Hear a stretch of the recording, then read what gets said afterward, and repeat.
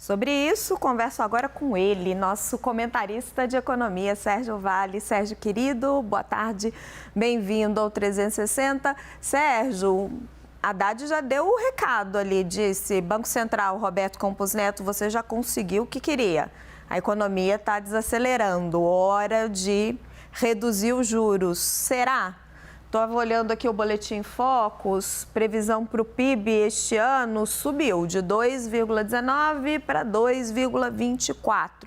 Esse soluço do IBCBR estava dentro do esperado ou significa mesmo uma desaceleração? Está todo mundo já meio que precificando essa queda de juros agora em agosto. Agora, será que com essa desaceleração ela precisa ser mais forte?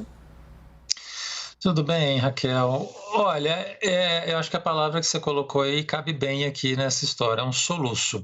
Quer dizer, não me parece ser uma tendência de fato, e essa queda, na verdade, está muito atrelada à própria alta muito intensa que a gente teve no primeiro trimestre na agropecuária, né? A agropecuária cresceu quase 22%, teve a safra de soja especialmente espetacular no começo desse ano. Segundo trimestre tende a ser mais moderado, a gente está vendo um pouco a volta no agro do que aconteceu no primeiro tri. Porque os outros setores, apesar do comércio ter caído um pouco em maio, a gente viu serviços crescerem 0,9, a indústria cresceu 0,3. Quando a gente pega, né, esses três grandes setores, você está falando de uma economia que está de lado, na verdade, né? E o agro está devolvendo um pouco esse primeiro trimestre, que foi, aí sim, completamente fora da realidade do que a gente já viu no passado. Então, acho assim, não tem aqui, na verdade, um impacto significativo de juros que está acontecendo, que apareceu em maio. É mais, de fato, um efeito do que a gente viu acontecer no começo do ano, e eu acho que não muda muito a trajetória para o Banco Central, né? Acho que para o Banco Central, Raquel, foi mais importante o que saiu semana passada do IPCA, né, os serviços um pouco mais pressionados, os núcleos um pouco mais complicados, é isso que sinaliza para ele: olha, talvez a gente vai ter que cair 0,25 e não 0,5, que é uma possibilidade ainda de acontecer, mas talvez essa inflação que está aí com algum ruído é mais importante para o BC agora do que a atividade de fato do IBCBR. Está trabalhando com queda de juro de quanto agora em agosto, Sérgio? Depois acelera essa queda? Porque deve ser um 0,25, depois dá para ir cortando mais ou não?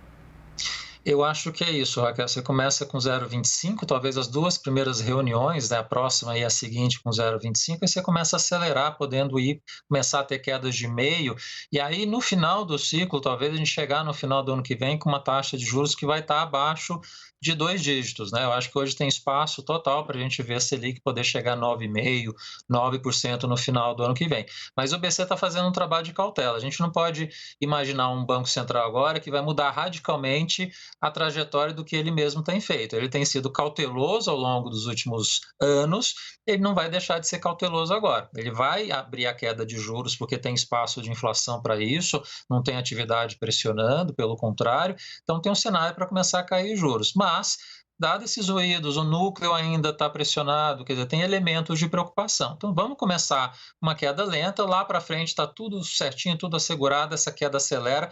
Na verdade, o BC faz isso, Raquel, para poder garantir uma queda que seja mais sustentável lá na frente e a gente não precisar subir de novo com rapidez, né? A gente trazer a inflação para baixo, ancorando a inflação com mais solidez para frente, vai fazer com que o BC tenha espaço para cair a taxa de juros e poder ficar com essa taxa de juros mais baixa durante mais tempo, né? Não precisar subir de novo ali na esquina nos próximos meses. E Sérgio, onde é que você posiciona esse crescimento esperado aí de 2,2 para a economia brasileira? Porque se no início do ano a gente não falava nisso, se imaginava um crescimento muito menor, para um país como o Brasil, com as carências que a gente tem, 2% ainda é pouco, né?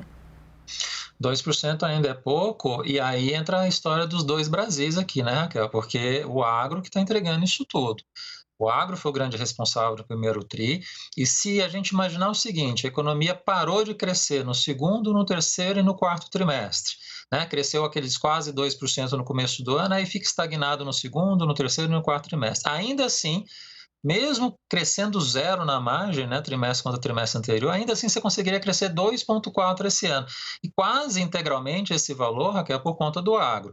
Então, assim, Tem aí o interior, centro-oeste, as regiões que têm uma presença forte do agronegócio indo muito bem, mas as áreas urbanas, as grandes cidades estão com mais dificuldade. Essas estão sofrendo mais o impacto da taxa de juros. O mercado de trabalho acaba sofrendo com mais intensidade, né? A tendência é, começando a cair taxa de juros, normalizando a economia, essas áreas urbanas que não são do agro, elas começam a recuperar com um pouco mais de intensidade. Mas, de fato, Raquel, 2% para um país como o nosso é pouco, né? A gente precisaria crescer mais. Mas, de novo, há espaço para isso agora, nesse momento, dá para crescer com agro. Mais para frente, a gente vai ter o agro e os outros setores começando a ajudar e a gente vai conseguir crescer talvez um pouco mais de 2% nos próximos anos de uma forma mais sustentável.